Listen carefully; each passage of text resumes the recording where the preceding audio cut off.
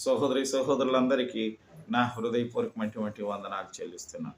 ఈ సమయంలో యోహాను సువార్త 3వ అధ్యాయము 19వ వచనం. ఆ తీర్పు ఇదే, వెలుగు లోకములోనికి వచ్చెను గాని తమ క్రియలు చెడ్డవైనందున మనుషును వెలుగును ప్రేమింపక చీకటిని ప్రేమించిరి అని వ్రాయబడి ఉన్నది. In English, and this is the judgment. The light has come into the world, and people loved the darkness rather than the light because their works were evil. అని వ్రాయబడి ఉంది.